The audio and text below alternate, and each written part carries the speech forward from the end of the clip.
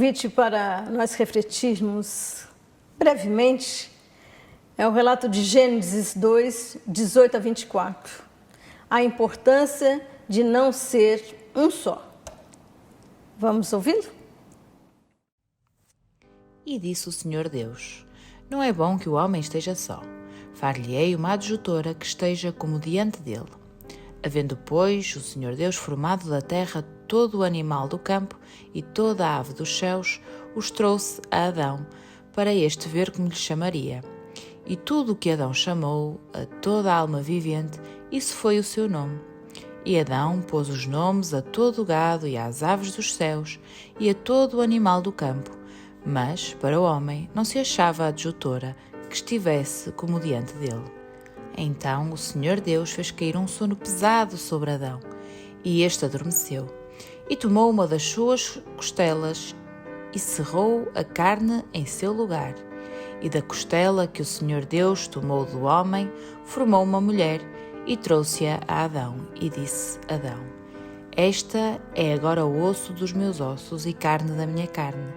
Esta será chamada varoa, porquanto do varão foi tomada. Portanto, deixará o varão o seu pai e a sua mãe, e apegar-se-á à sua mulher, e serão ambos uma carne. É mais comum nós ouvirmos essa prédica e nos casamentos, nas bodas. É um pouco difícil no domingo de adoração ao Senhor, nós sentarmos e ouvirmos. Mas esse é o texto que nós temos no nosso lecionário e que acho importante também nós pensarmos neste tema, a importância de não ser um só. Esse relato, então, de Gênesis, que fala da criação do ser humano, que fala da criação do homem e da mulher, deveria ser pensado um pouquinho mais, entre tantas outras simbologias que o texto quer nos trazer. Deveríamos pensar um pouco mais no interrelacionamento que Deus quis e quer que nós tenhamos para com Ele, e assim um interrelacionamento uns para com os outros.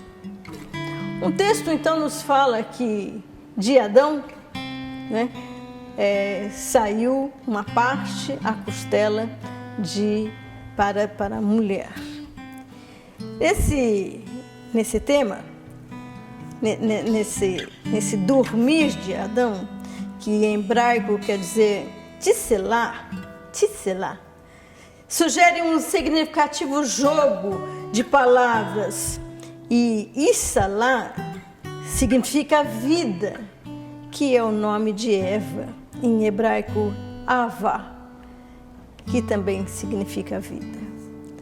Então, desse relato, Deus quis formar o ser humano para que o homem, assim, não ficasse só, não se sentisse só. Depois, nos outros relatos, nós vimos que Deus, então, quer esse relacionamento, e desse relacionamento vem o relato em que há desobediência e vem o relato do pecado. Mas o que gostaria de realçar aqui, neste momento, é a importância de nós mantermos um relacionamento saudável uns com os outros e desenvolvermos um relacionamento com Deus. Nós vamos ouvir um relato que está em Hebreus, capítulo 2, versículos de 9 a 12, e lá nós vamos perceber o grande amor do Senhor para conosco. Ouçamos.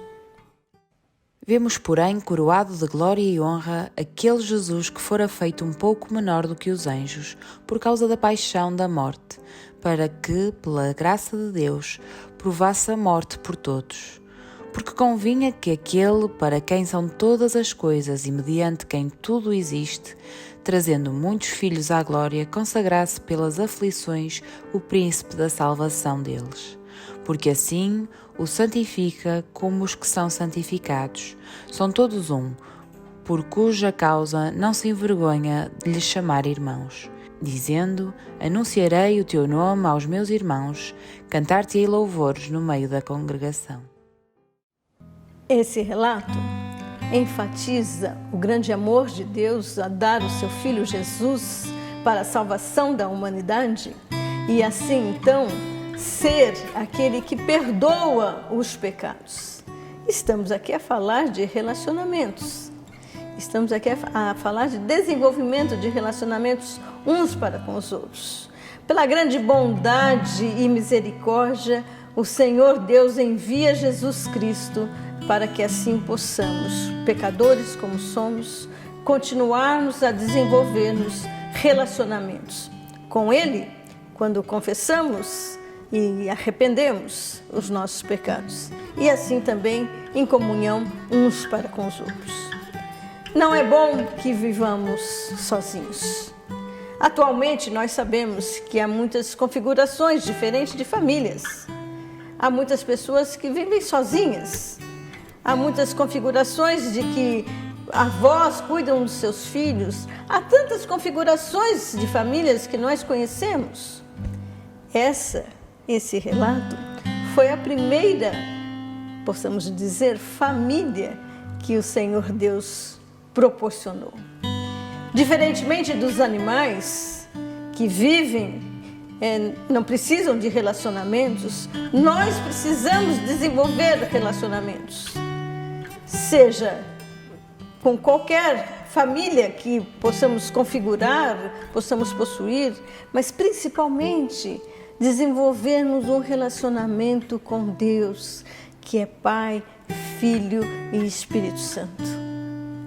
Oxalá Deus nos ajude a entendermos que esse grande amor, que Ele nos abarca, possamos abarcar a todos e possamos continuar a ter um relacionamento interpessoal salutar, um interrelacionamento nas nossas igrejas que nos ajude a cada dia a entendermos os relatos, as simbologias, os personagens apresentados por Deus.